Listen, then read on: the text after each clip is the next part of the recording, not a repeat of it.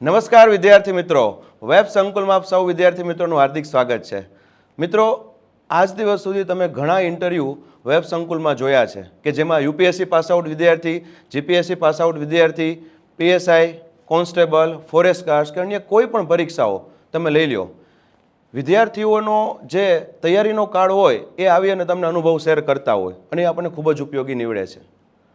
આજે આપણે એક એવો અનુભવ જોવાનો છે કે જે વિદ્યાર્થીઓ ટેટ ટાટ પાસ ઉમેદવારો છે, ખૂબ જ ઓછા સમયની અંદર એક્ઝામ ક્રેક કરી, સારા માર્ક્સે ક્રેક કરી.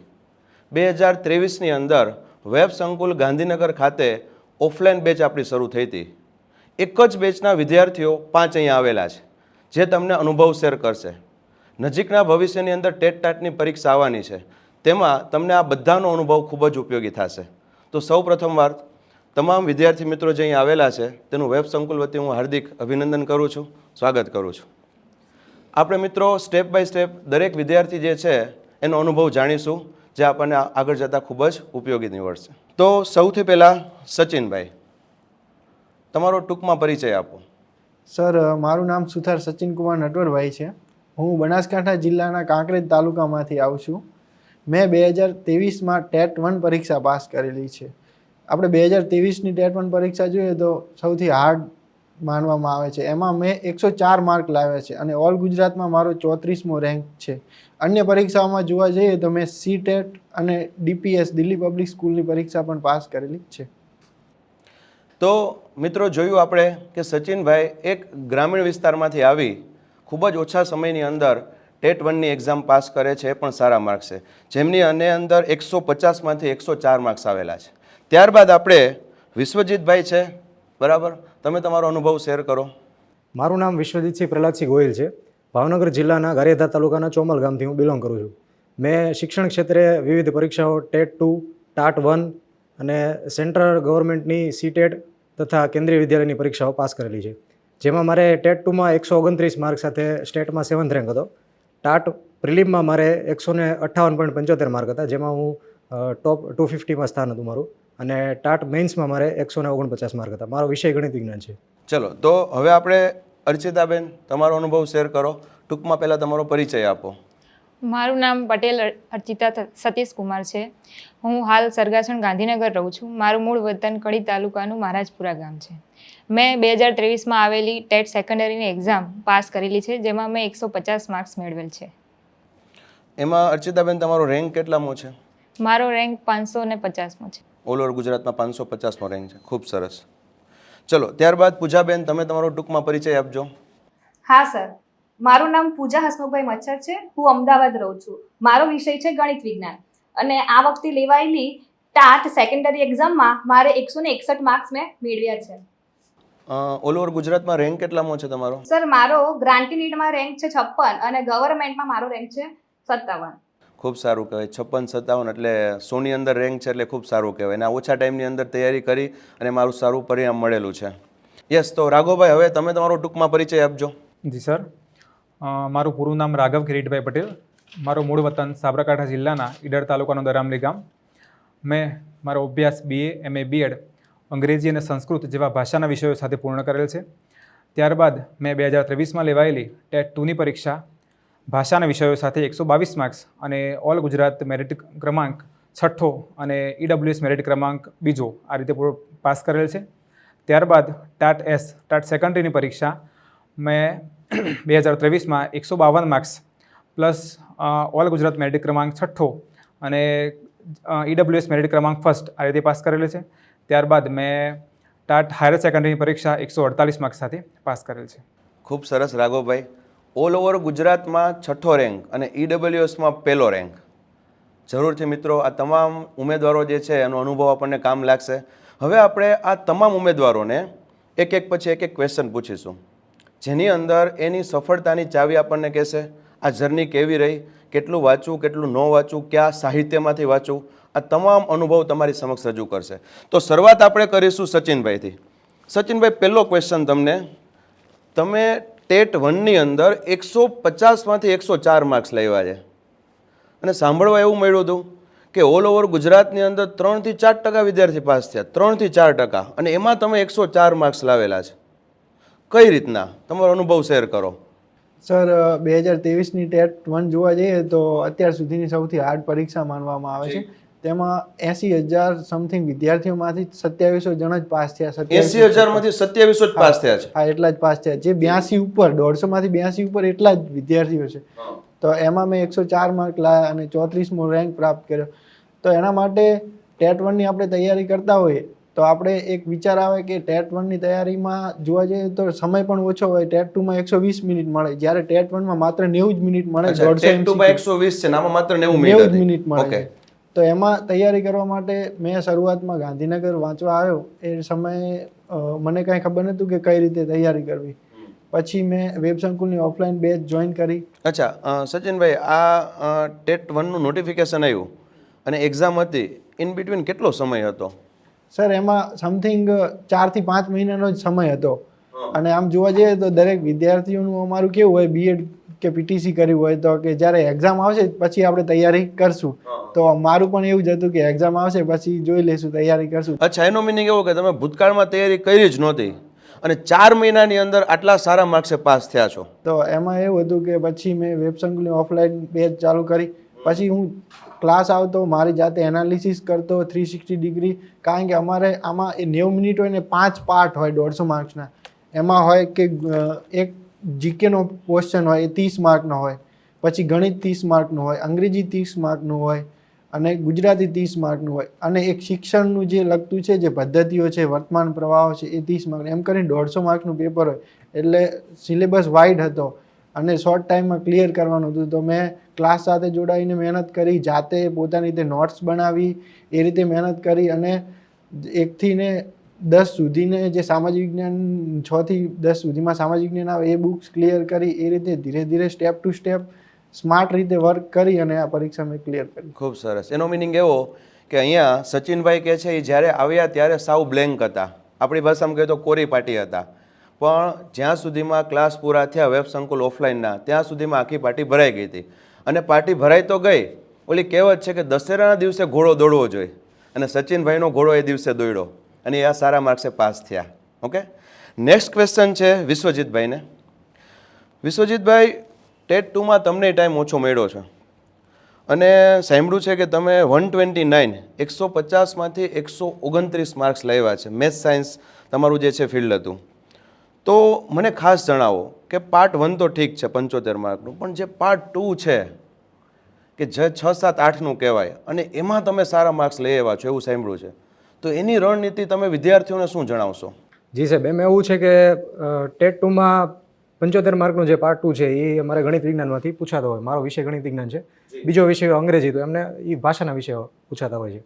એમાં મેક્સિમમ માર્ક મારે જે પાર્ટ 2 હતો એમાંથી કવર કરવાના હતા, કારણ કે એનો સિલેબસ એક તો લિમિટેડ છે અને જીસીઆરટીના જે પુસ્તકો છે એમાંથી વાંચવાનું છે. બહારનું કંઈ વધારે કરવાનું થતું નથી. કે ગણિત અને વિજ્ઞાન હોય તો એના સ્વાધ્યાય કરી લઈએ અને વધારાનું જો પ્રેક્ટિસ માટે કરવું હોય તો એના માટે સ્વઅધ્યયન પોથી કરી લઈએ. પાછળ એમાં HOTS પ્રશ્નો આપેલા છે એ ખાસ કરવા પડે શિક્ષકો માટે ગણિત. અને જે પાર્ટ 1 છે એમાં શિક્ષણના જે પ્રશ્નો પૂછાય છે એ તો ખાસ આવડવો જોઈએ, શિક્ષણ રિલેટેડ. એના માટે આપણે જીસીઆરટીના જે DLEDના મોડ્યુલ્સ આવે છે એ મેં વાંચેલા હતા અને આપણે જે વેબ સંકુલનું મટીરિયલ છે એ બધું કરેલું હતું. એટલે લગભગ મારા માર્ક એમાં પાર્ટ 2માં તો કવર થઈ જ ગયા હતા. એમાં ખાલી એક જ માર્ક ખોટો થયો હતો મારો, બાકી 74 માર્ક એમાં કવર કરેલા. શું વાત છે, 75માંથી તમારે 74 માર્ક આવેલા છે. ખૂબ સરસ. અને જે બાકીના પાર્ટ 1માં છે એમાંથી શિક્ષણના બધા માર્ક મેં કવર કરેલા હતા અને જનરલ જીકે છે એ બહુ ખૂબ ઓછા માર્કનું પૂછાય છે ટેટની પરીક્ષામાં, એટલે એમાં થોડા માર્ક કટ થયા હતા. બાકી મેક્સિમમ માર્ક મેં આપણે વેબ સંકુલની પ્રમાણે કરેલું છે. એટલે ખૂબ સરસ, ખૂબ સરસ. તો અહીંયા વિશ્વજીતભાઈએ ખૂબ સારી વાત કીધી કે પાર્ટ 2 ઉપર તમે કવર કરો, કેમ કે એ લિમિટેડ છે. એનો એક શબ્દ ઉભો મને ગમ્યો કે કીધું લિમિટેડ છે. 6, 7, 8ના તમે પુસ્તકો કરો. હજી એક હું તમને કાઉન્ટર ક્વેશ્ચન પૂછીશ વિશ્વજીતભાઈ. મેં પોતે આવું સાંભળેલું છે કે 9, 10 છે એના પુસ્તક કરવા જોઈએ કે નહીં, આ બાબતે તમારો શું અભિપ્રાય છે? આમાં એવું છે સાહેબ કે 6 થી 8માં જે કન્સેપ્ટ હોય છે એના એ કન્સેપ્ટ થોડાક એડવાન્સ લેવલના 9, 10માં પૂછાતા હોય છે. તો 9, 10માં જે એના રિલેટેડ હોય છે 6 થી 8 રિલેટેડ, એનો એ આપણે જોઈ લેવું જોઈએ અને એના પ્રેક્ટિસ પ્રશ્નો કરી લેવા જોઈએ. બાકી આખો જે નવો સિલેબસ છે એ કરવા બેસવાની જરૂર નથી. 6 થી 8માં જેના જે બેઝ છે એને થોડુંક એડવાન્સ લેવલમાં 9, 10માંથી લઈ લેવું. 6, 7, 8માં એક ટોપિક છે સિંધુ સભ્યતા અને એ જ 6, 7, 8માં એક ટોપિક છે વૈદિક યુગ. આ બેમાંથી એક ટોપિક સિંધુ સભ્યતા 9-10માં રિપીટ થાય છે, તો 9-10માં ખાલી સિંધુ સભ્યતા જ હા વાંચવાનું. કરી લેવો જોઈએ. ઓકે, એ રીતના કરવું જોઈએ. બરાબર, ખૂબ સરસ. ચલો, ત્યારબાદ અર્ચિતાબેન, તમને મારો પ્રશ્ન છે કે ઓફલાઈનની અંદર ખૂબ ઓછો સમય મળ્યો હતો, તો આ દરમિયાન તમારું સ્કેડ્યુલ શું હતું? તમે અહીંયા રહીને તૈયારી કરતા, તમે અપડાઉન કરતા, તમારી જર્ની કેવી રહી? હા સર, અહીંયા હું સરગાસણ ગાંધીનગર જ રહું છું. છતાં પણ જ્યારે મેં વેબ સંકુલની એડ જોઈ યુટ્યુબમાં, ત્યારે જોયું કે બહુ ઓછો ટાઈમ છે, કે મહિના કે 1.5 મહિનાનો સમય મળ્યો હતો અમને એ વખતે. અને એવી જાહેરાત હતી કે સવારના 8 વાગ્યાથી રાતના 12 વાગ્યા સુધી. એટલે સવારમાં 8 થી 12 જે હતું એક પેપર 1નું એના લેક્ચર ચાલતા, પછી બ્રેક વચ્ચે, પછી 2 થી 6 અમારે કન્ટેન્ટના લેક્ચર હતા, પછી કલાક અમારે રોજ MCQ અને લખવાની બંને એક્ઝામ લેવાતી હતી, રોજ ડેલી એક્ઝામ. અને પછી અમે રીડિંગ લાઇબ્રેરીમાં રીડિંગ કરતા હતા, અને રાતે 12 વાગે અમે ઘરે જતા. શું વાત છે! સવારના 8 વાગ્યાથી લઈને રાતના 12 વાગ્યા સુધી તમે વેબ સંકુલના ક્લાસે જ રહેતા હતા? અને એ પણ હું અહીંયા રહું છું છતાં બી ઘર, અને હું ટિફિન લઈને આવતી હતી. શું વાત છે! તો અહીંયા અર્ચિતાબેને ખૂબ સારો એક્સપિરિયન્સ શેર કર્યો કે આપણને જેવો માહોલ મળે એ પ્રમાણે આપણે આગળ વધી શકીએ. તો તમે વિચારો કે મેન્સના સમયે 1.5 મહિનાનો સમયગાળો મળ્યો છે, અને એ 1.5 મહિનાની અંદર સારા માર્ક્સે પાસ થવું છે. અહીંયા અર્ચિતાબેનને 150 માર્ક્સ છે, બરાબર, સેકન્ડરીની અંદર. તો એ માહોલની અંદર બધા વિદ્યાર્થીઓ સાથે વાંચતા હતા. સવારના 8 થી 12 પાર્ટ 1, અને પછી પાછું 2 થી 6 પાર્ટ 2, ઇન બિટવીન કલાક 1.5 કલાકનો ટાઈમ મળતો, બરાબર. અને 6 વાગ્યા પછી એ લોકો રાતના 12 વાગ્યા સુધી વાંચતા હતા. અને આ સમયગાળા દરમિયાન કોઈ એવું મોનિટરિંગ ખરી કે તમને વચાવતા? હા, હાર્દિક સર આવતા હતા. એ સમયે વેબ સંકુલના કોઈ પણ ફેકલ્ટી જે છે હા, ફેકલ્ટી હાજર રહેતા હતા, જેથી કરીને તમે રેગ્યુલર વાંચી શકો. ખૂબ સરસ.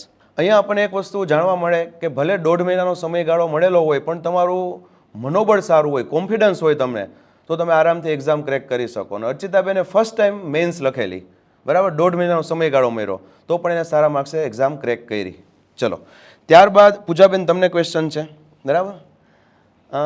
મેં એવું સાંભળેલું છે, ટાટના લેક્ચર લેવા તો હું આવેલું નથી, પણ મેં એવું સાંભળેલું છે કે ક્લાસની અંદર તમે સાવ શાંત લાગતા, તમે એટલા ક્વેશ્ચન નથી પૂછેલા.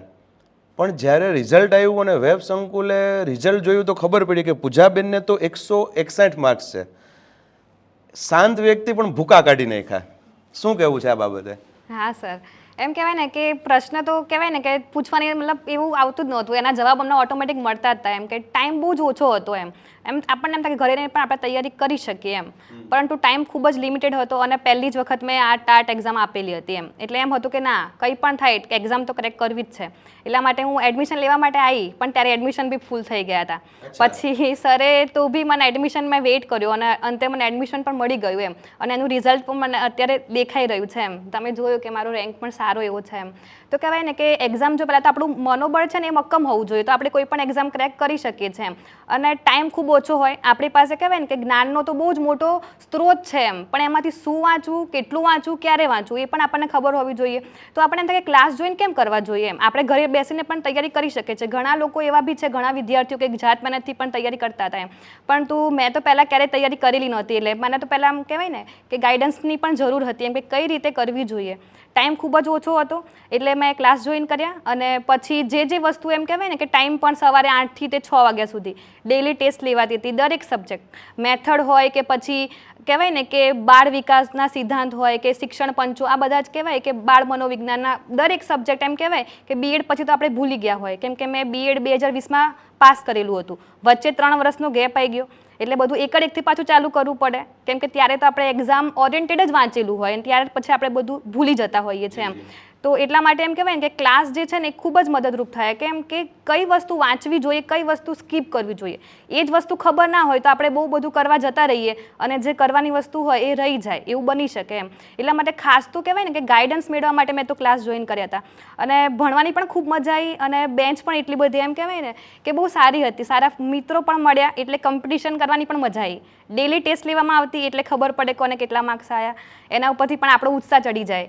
પછી જ્યારે વચ્ચે બ્રેક પડે ને, 8 થી 12 અમારા લેક્ચર હોતા હતા, પછી 2 કલાક બ્રેક હોય, એમાં અમને જે વસ્તુ ના આવડતી હોય એ પછી ડિસ્કશન કરીએ. ક્યારેક સરને મળવા બી જતા, એમ કે આમાં કેમ ડાઉટ છે, તો ક્યારે પણ સર એમ કે ઓન ધ સ્પોટ તમને તરત એનો રિપ્લાય મળી જાય. ક્યારે પણ ડાઉટ હોય મતલબ ગ્રુપમાં પણ આપણે ડિસ્કસ કરતા હોઈએ તો એ ટાઈમ પણ અમે યુટિલાઇઝ કરતા હતા. જ્યારે આપણે ઘરે બેઠા હોય ત્યારે કહેવાય ને બહુ બધા વચ્ચે ડિસ્ટર્બન્સ આવી જાય, કોઈ મહેમાન આવી ગયું, ક્યાંક જવાનું થયું, તો આપણે ઘરે એટલી તૈયારી ના કરી શકીએ. જ્યારે અહીંયા એક માહોલ આપણને મળી રહે ક્લાસમાં કે જેના થકી આપણે આડાઅવડા આપણું કહેવાય ને કે ધ્યાન ક્યાંય જતું ના રહે, એટલા માટે ખાસ તો જરૂરી છે એમ.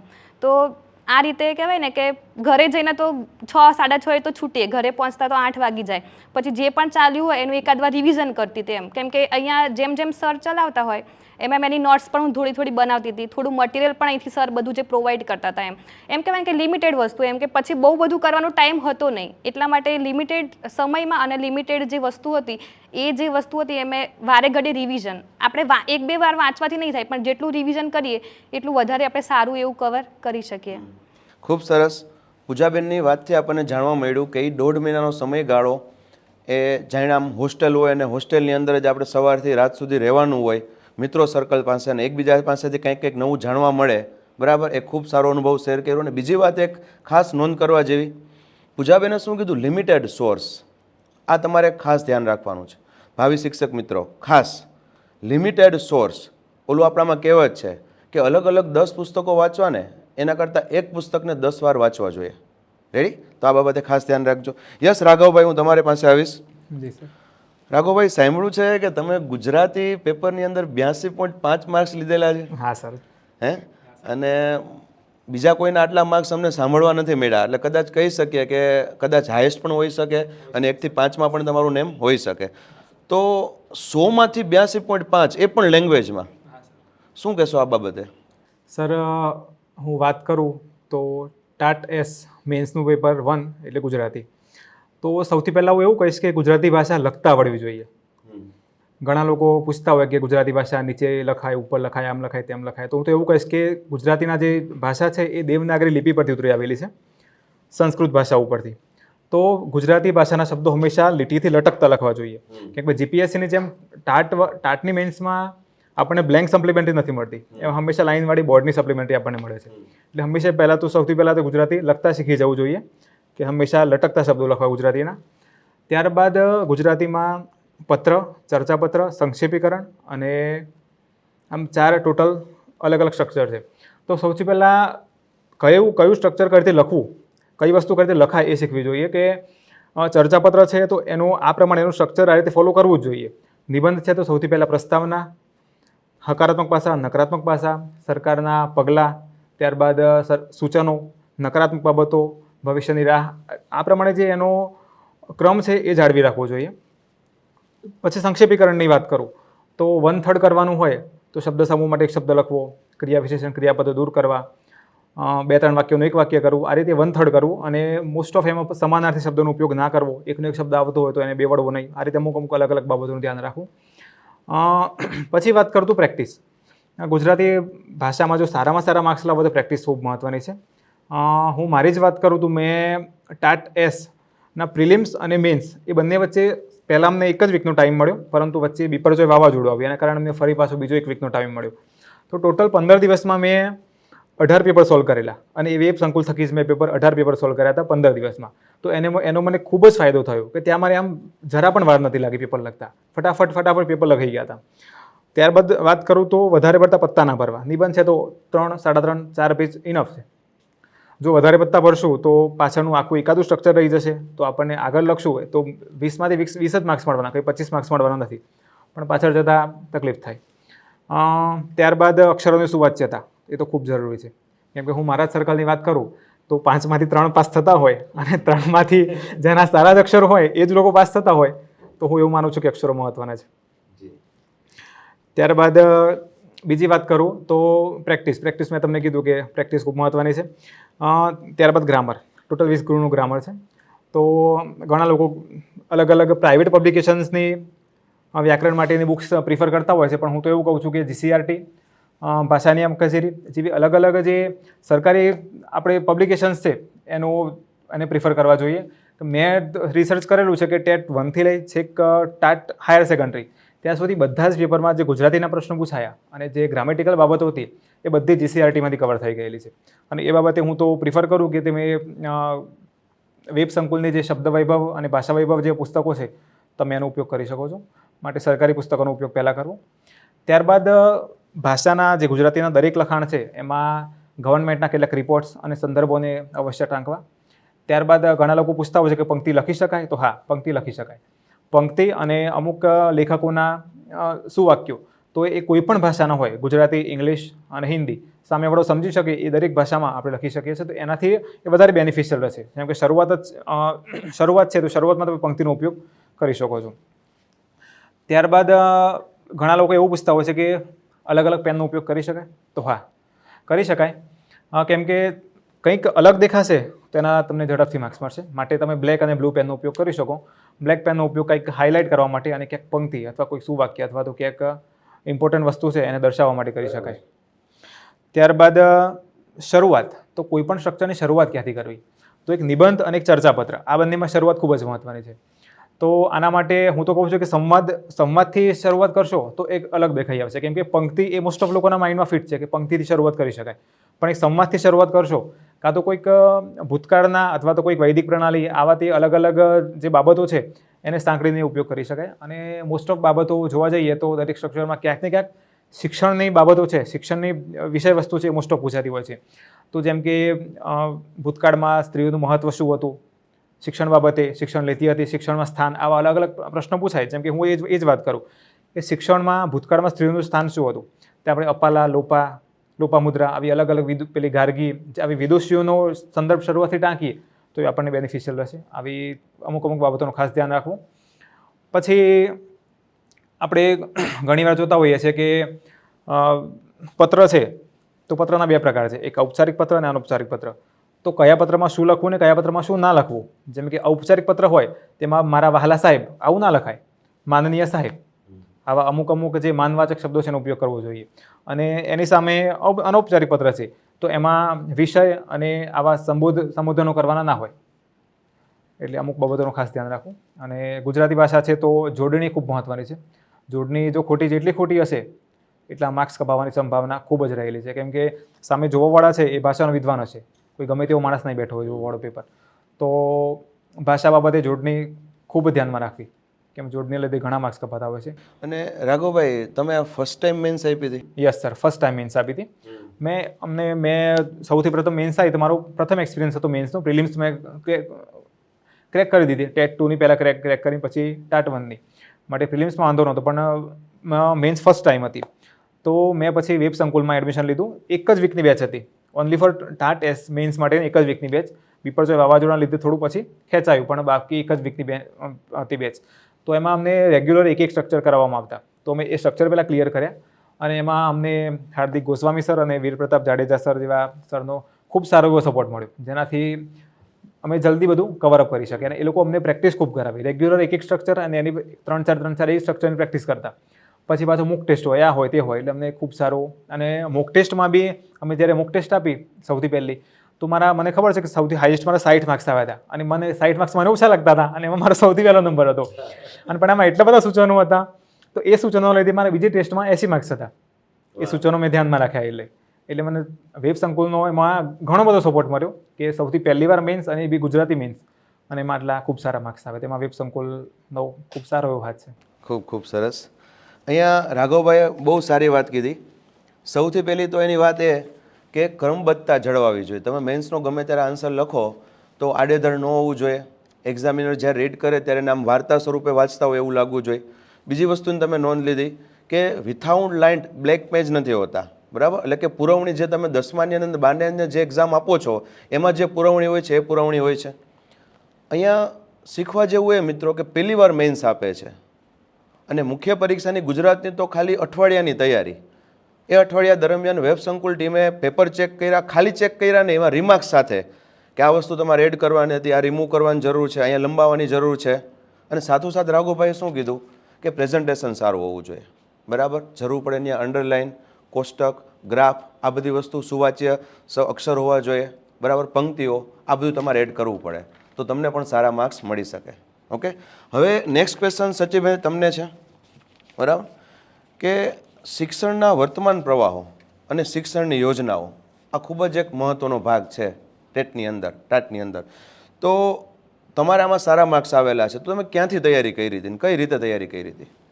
સર, જે આપણે શિક્ષણના વર્તમાન પ્રવાહ, આમ જનરલ પરીક્ષાની આપણે તૈયારી કરતા હોય તો એમાં તો આપણે કરંટ અફેરમાં બધું વાંચતા હોય, પણ જ્યારે શિક્ષણ લેવલની પરીક્ષા આપતા હોય શિક્ષણ ખાતાની, તો આપણે એના અલગથી શિક્ષણ પ્રવાહને જે લગતા જે કરંટ અફેર છે એ તૈયાર કરવું જોઈએ. એના માટે મેં જીસીઆરટીની વેબસાઇટ, પછી જીસીઆરટીનું જે જીવન શિક્ષણ પુસ્તક છે એ, પીઆઈબીની વેબસાઇટ છે એના દ્વારા કર્યું. અને પ્લસ કે હાર્દિક સર દ્વારા અહીં ક્લાસમાં અમને કરંટ અફેર જે શિક્ષણને લગતું છે એ અલગથી નોટ્સ બનાવવામાં આવતી. સર, હું તમને નોટ્સ લઈને આવ્યો છું, હું તમને બતાવવા માગીશ કે સર આ રીતે જે વિવિધ જે છે એના દ્વારા અમને લખાવવામાં આવતું. હાર્દિક સર અમને લખાવતા, એટલે આમાં શોર્ટ ટાઈમમાં પરીક્ષા હતી તો એક ફાયદો અમને એ હતો કે અમે અમારી રીતે પણ ગોતતા કરંટ અફેર, અને અમારું ટેન્શન અમારા સરને, વેબ સંકુલવાળા સરને હતું કે હું જે લખાવું એની બહાર ન જવું પડે. પણ રિયલીમાં આ જે બુક છે એની બહાર એકી પણ પ્રશ્ન નથી ગયો. ટેટ 1નું સૌથી હાર્ડ પેપર હતું તો પણ. તો વેબ સંકુલમાં જોડાયા તો આ રીતે મેં 360 ડિગ્રીથી અમને તૈયારી કરાવી અને અમે આ રીતે પાસ કર્યા. ખૂબ સરસ વાત કીધી સચિનભાઈ કે શિક્ષણના વર્તમાન પ્રવાહો અને યોજનાઓ થોડુંક અઘરું પડે. બીજી બધી વસ્તુ તો તમને ડાયરેક્ટ બુકમાંથી મળી જતું હોય, પણ આના માટે તમારે અલગ અલગ વેબસાઇટ છે એ ફંફોડવી પડે, બરાબર, ન્યૂઝપેપર જરૂર પડે તો રીડ કરવું પડે. પણ આ બધી વસ્તુ જે છે વેબ સંકુલની ટીમે વિદ્યાર્થીઓને રેડી આપી હતી, કેમ કે ખૂબ જ ઓછો સમયગાળો હતો. નેક્સ્ટ ક્વેશ્ચન, વિશ્વજીતભાઈ, પીટીનું કટ ઓફ, પ્રિલિમ્સનું કટ ઓફ કઈ રીતે હોય છે અને પીટીની અંદર આપણે પાસ થવા માટે સ્ટ્રેટેજી કેવી હોવી જોઈએ?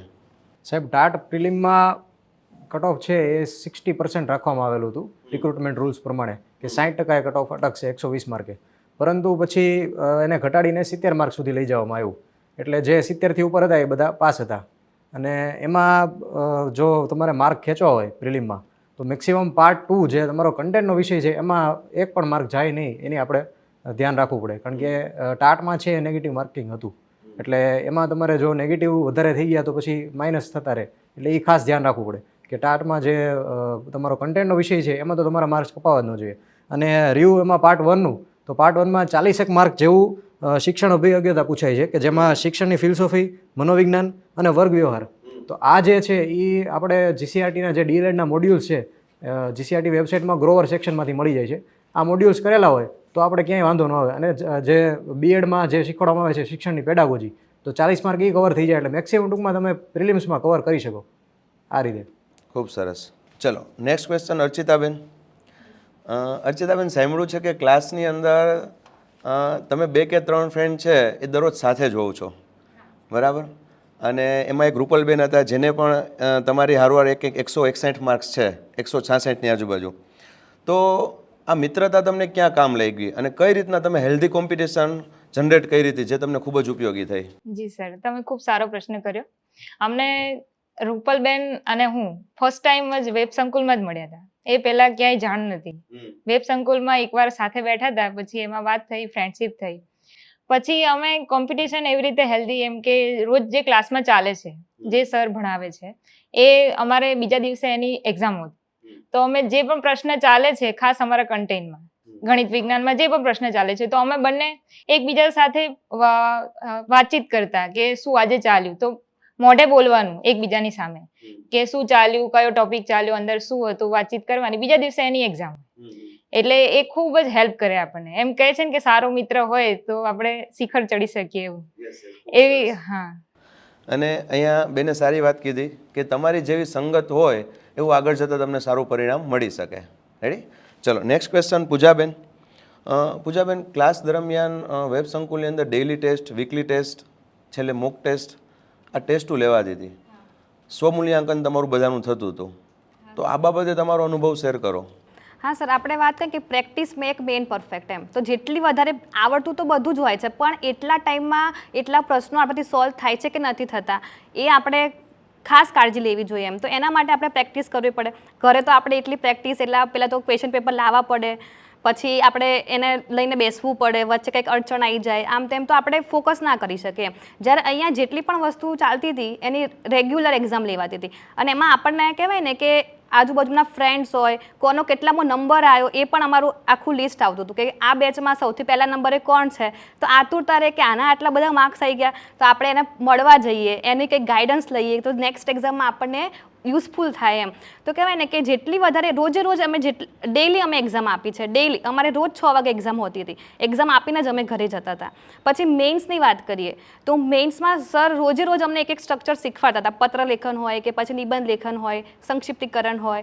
અને તો આ દરેકની એક્ઝામ હવે આપણને એમ થાય કે સારું મેઇન્સ એક્ઝામ તો પહેલી વાર આપી, મેં પણ પહેલી વાર લખી. ગુજરાતી તો આપણે બહુ ટાઈમ, કેમ કે મારો મેથ્સ અને સાયન્સ સબ્જેક્ટ એટલે 10મા પછી તો ગુજરાતી ભણ્યા જ ના હોય અને એમાં પણ લખવાનું આવે એટલે જોડણીની પણ ભૂલો થાય.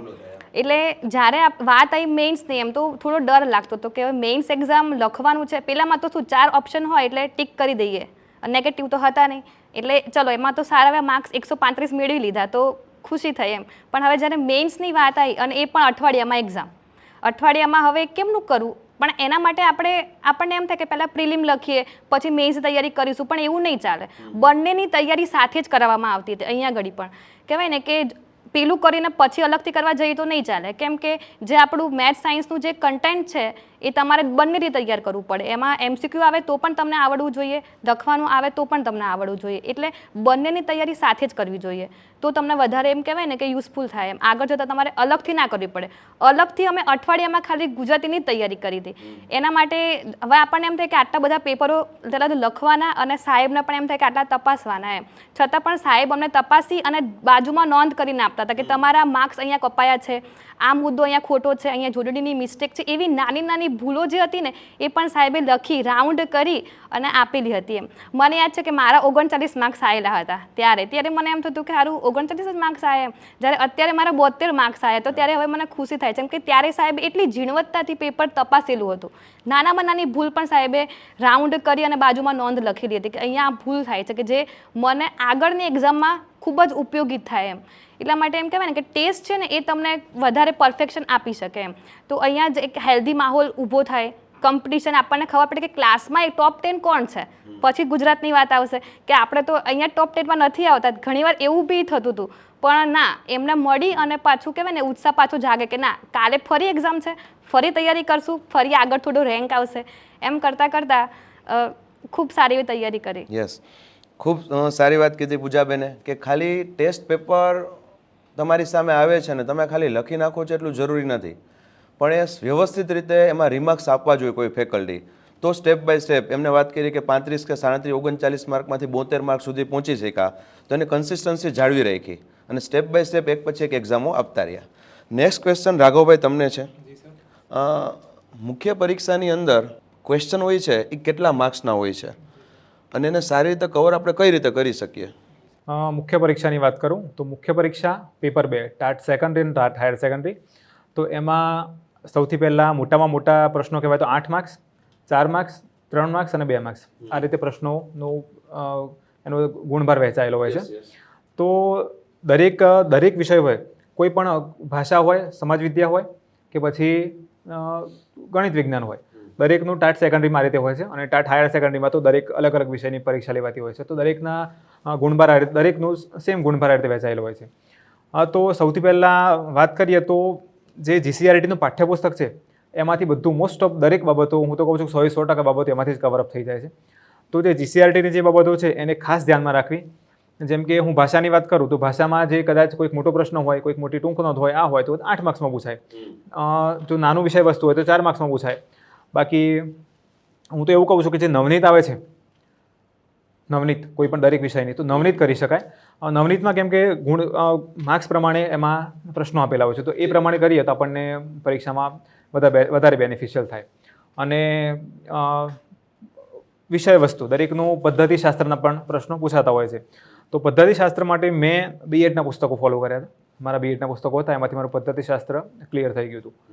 તો પદ્ધતિશાસ્ત્ર માટે B.Edના પુસ્તકો ફોલો કરી શકાય. અને પદ્ધતિશાસ્ત્રના પ્રશ્નો છે એ દરેક 8 માર્ક્સનો બી હોય છે, 4નો, 3, 2 આ રીતે દરેક અલગ અલગ માર્ક્સમાં વહેંચાયેલા હોય છે. અને હું મારા ઇંગ્લિશ વિષયની વાત કરું તો ટોટલ 61 માર્ક્સનું 100 માર્ક્સમાંથી 61 માર્ક્સનું પદ્ધતિશાસ્ત્ર આવ્યું હતું અને બાકી બધું કન્ટેન્ટ હતું.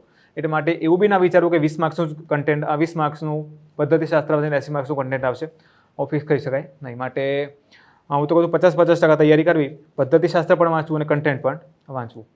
માટે નવનીત અને બીએડના પુસ્તકો આ રીતે તમે જો વાંચો તો ઝડપથી ક્લિયર થઈ જાય. અહીંયા એક વાત મિત્રો આપણને ખાસ જાણવા મળે, રાઘવભાઈ જે એક શબ્દ કીધો કે બીએડના પુસ્તકો એમને કામ લાગેલા છે. અહીંયા ભૂતકાળની અંદર જે આપણે બીએડ કરેલું છે અથવા તમે કરી રહ્યા હોય તો એમાં વ્યવસ્થિત ધ્યાન આપજો, આગળ જતાં એ તમને ખૂબ જ ઉપયોગી નીવડવાનું છે.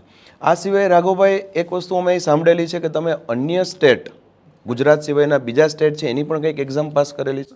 જી સર, હું બીજા સ્ટેટની વાત કરું તો મેં રાજસ્થાન ટેટની પરીક્ષા 2022માં મારું બીએડ ચાલુ હતું, હું બીએડના 3rd સેમિસ્ટરમાં હતો, એ વખતે મેં ક્લિયર કરેલી છે અને 150માંથી 120 માર્ક્સ સાથે પ્રિલિમ્સ અને 400માંથી મેં 310 માર્ક્સ સાથે મેન્સ એક્ઝામ ક્લિયર કરેલી છે. એ વખતે મારું પોસ્ટિંગનું બી બધું છેક સુધી પહોંચેલું હતું, પણ મારી બીએડ મારું ચાલુ હતું અને પછી મારો પ્લાન નહોતો બીજા સ્ટેટમાં જવાનો, પણ ઓનલી ફોર મેં મારું લેવલ ચકાસવા માટે એક્ઝામ આપી હતી અને મેં ક્લિયર કરેલી છે. ત્યારબાદ કેવીએસની પરીક્ષા પાસ કરેલી છે અને સીટેટ જે કેન્દ્ર દ્વારા લેવાય છે એ સીટેટ પેપર 1 અને 2ની પરીક્ષા પાસ કરી છે. ત્યારબાદ તલાટી કમ મંત્રીની પરીક્ષા પાસ કરી અત્યારે હું મહેસાણા તાલુકાના વિજાપુરમાં ફરજ બજાવી રહ્યો છું. ઓકે, તમે અત્યારે તલાટી તરીકે ઓલરેડી ફરજ બજાવી રહ્યા છો. ખૂબ સરસ. મિત્રો, આ ઉપરાંત વેબ સંકુલના એક વિદ્યાર્થી મીનાક્ષીબેન પરમાર કે જેનો ઓલ ઓવર ગુજરાતમાં 17મો ક્રમ છે ટાટ સેકન્ડરીમાં 166 માર્ક સાથે. મીનાક્ષીબેન વેબ સંકુલના ઓનલાઈન પ્લેટફોર્મ જોડાણા હતા. અંગત કારણોસર અહીં આવી શક્યા નથી, પણ આપણે જરૂરથી તેની સક્સેસ જર્ની છે એ જાણીશું તેના શબ્દોમાં. નમસ્કાર મિત્રો, મારું નામ પરમાર મીનાક્ષી છે. મેં વર્ષ 2023માં ટેટ 2 અને ટાટ સેકન્ડરીની પરીક્ષા આપેલી હતી, જેમાં ટેટ 2માં મારું 81.62નું મેરિટ છે અને ટાટ સેકન્ડરીમાં મેં 166 ગુણ છે મેળવેલા છે. અત્યારે ચાલી રહેલી જે ભરતી પ્રક્રિયામાં ઓલ ઓવર ગુજરાતમાં મારું 17મું સ્થાન છે. હું વેબ સંકુલ સાથે ઓનલાઈન માધ્યમથી જોડાયેલી છું અને મને આ પરીક્ષામાં વેબ સંકુલનું ઓનલાઈન માધ્યમ પ્લસ યુટ્યુબનું માધ્યમ છે એ ખૂબ જ મદદરૂપ થયેલું છે. કન્ટેન્ટ માટે તો આપણા પાઠ્યપુસ્તક છે તો એનસીઆરટી છે તો બેસ્ટ છે આપણા માટે. પ્લસમાં જે આપણે મેન્સ માટે જે ગુજરાતીનું પેપર આવે છે જેમાં ચર્ચાપત્ર છે, નિબંધ છે, અહેવાલ લેખન છે, આ બધાની તૈયારી છે એ પણ મેં ઓનલાઈન માધ્યમથી જ કરેલી છે. કહેવાય છે ને કે આપણે કોઈ પણ લક્ષ્ય મેળવવું હોય તો અથાગ મહેનત તો કરવી જ પડે છે. તો આ અથાગ મહેનત માટે વેબ સંકુલ છે એ આપણું એક સપોર્ટિવ સિસ્ટમ છે. બસ અંતમાં કંઈ ના કહેતા આપની જે આવનારી પરીક્ષા માટે આપ સૌ ટેટ ટાટ ઉમેદવારોને ખૂબ ખૂબ શુભેચ્છાઓ, સારા માર્ક મેળવું એના માટે ઓલ ધ બેસ્ટ ભાવિ શિક્ષકો. Thank you. સર, અંતે એટલું કહેવા માંગીશ કે હાર્ડવર્ક તો આખું ગુજરાત કરી રહ્યું છે, પણ તમે સ્માર્ટ વર્ક કરજો અને ટોટલી જીસીઆરટી ઉપર ફોકસ કરજો. ઓલ ધ બેસ્ટ ભાવિ શિક્ષકો. પરીક્ષાની તૈયારી માટે નોટિફિકેશનની રાહ ન જોવી, આજના દિવસથી તૈયારી ચાલુ કરી દો એટલે સફળતા જરૂરથી પ્રાપ્ત થશે. અને તમામ ભાવિ શિક્ષક મિત્રોને શુભેચ્છા. છેલ્લે એટલું જ કહીશ કે બધું વાંચો, બધું કમ્પ્લીટ કરો અને છેલ્લે રિવિઝન કરવાનું ભૂલશો નહીં, કારણ કે રિવિઝન મેઇન છે. ઓલ ધ બેસ્ટ ભાવિ શિક્ષકો. અંતે એટલું જ કહીશ કે નિયમિત વાંચતા રહો અને સાતત્યપૂર્ણ વાંચતા રહો. ઓલ ધ બેસ્ટ ભાવિ શિક્ષકો. પ્રિલિમ્સના એમસીક્યુએસ હોય કે મેન્સની રિટર્ન એક્ઝામ હોય, મોક ટેસ્ટ ખૂબ જ જરૂરી છે. ઓલ ધ બેસ્ટ ભાવિ શિક્ષકો. તો મિત્રો, આજનું સેશન કેવું રહ્યું? નજીકના ભવિષ્યમાં આવનારી ટેટ ટાટ માટે ઉપયોગી થશે કે નહીં? હા સાહેબ, ઉપયોગી થશે. કારણ કે આજનું જે સેશન હતું એ આપણું સફળ ઉમેદવારો કે જે રેન્કમાં આવેલા હતા, જેમ કે રાઘવભાઈ જે છે એ ટાટ સેકન્ડરીની અંદર ઓલ ઓવર ગુજરાતમાં મેરિટમાં 6ઠા ક્રમે હતા. વિશ્વજીતભાઈ જે છે એ ટેટ 2ની અંદર ઓલ ઓવર ગુજરાતની અંદર 7મા ક્રમે હતા. તો રેન્કમાં આવેલા ઉમેદવારોએ પોતાનો એક્સપિરિયન્સ શેર કરેલો. મિત્રો, તમારી આજુબાજુમાં ટેટ ટાટની તૈયારી કરતા વિદ્યાર્થીઓને આજનું સેશન જરૂરથી શેર કરજો, જેથી કરીને એના પણ ઘણા બધા મૂંઝવતા પ્રશ્ન છે એનું સોલ્યુશન થાય. અને છતાંય હજી તમારો કોઈ ક્વેશ્ચન હોય તો તમે કમેન્ટ્સ બોક્સમાં જણાવજો. વેબ સંકુલની ટીમ તમને જરૂરથી એનો જવાબ આપશે. અહીંયા સુધી રાખીએ મિત્રો. આવા જ સફળ ઉમેદવારોના અવનવા વિડીયો જોવા માટે વેબ સંકુલ સાથે જોડાયેલા રહ્યો. જય હિન્દ, જય ભારત.